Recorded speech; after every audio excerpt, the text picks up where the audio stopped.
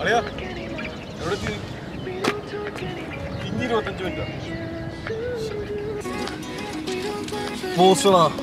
25 minute എടുക്കുന്നു.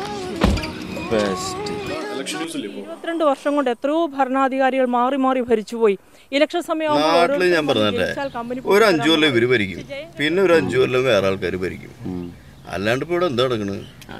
ഒരു ചുക്ക് നടക്കില്ല, മനസ്സിലായ? ഒരു ചുക്കും അതന്നെ ഒരു തേങ്ങ നടക്കാൻ പോലില്ല. എല്ലാവരും അവരവരെ പോക്കറ്റ് വീർപ്പിക്കുക എന്നുള്ള ഒറ്റ ഉദ്ദേശമുള്ളൂ, അല്ലാണ്ട് ഒരു ചുക്കും നടക്കാൻ പോലില്ല. മനസ്സിലായ? അത്രേ ഉള്ളൂ. അത്രേ തന്നെ.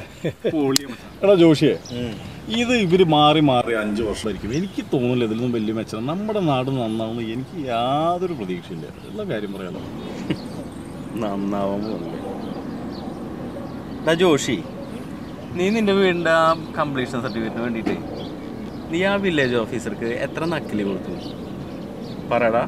ഇത് പിന്നെ കൊടുക്കാണ്ട് പറ്റുമോ? കാര്യം നടക്കണ്ടേ? എന്നിട്ടാണ് നിന്റെ അനിയത്തിയുടെ അഡ്മിഷന് വേണ്ടിയിട്ടില്ലേ നീ എത്ര രാഷ്ട്രീയക്കാരെ കയ്യും കാലം കാര്യം നടക്കാൻ? അത് ശരിയാണ്. അതാണ്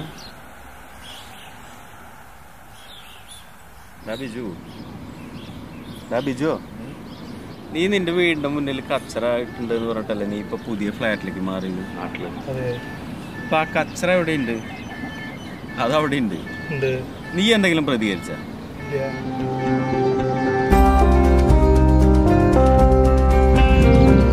അതാ പറഞ്ഞത്, നമുക്ക് ചെയ്യാൻ പറ്റുന്ന കുറച്ച് കാര്യങ്ങളുണ്ട്, അത് നമ്മൾ ചെയ്യാറില്ല. നമുക്ക് പറ്റണ കാര്യങ്ങൾ നമ്മൾ ചെയ്യൂല, എന്നിട്ട് മറ്റുള്ളവരെ കുറ്റം പറഞ്ഞിരിക്കും. നമുക്ക് ഈ വാട്സപ്പിൽ കിട്ടണത് ശരിയാണോ തെറ്റാണോ എന്നൊന്നും നോക്കാതെ അതങ്ങോട്ട് ഇട്ടിട്ട് ഫോർവേഡ് ചെയ്യും.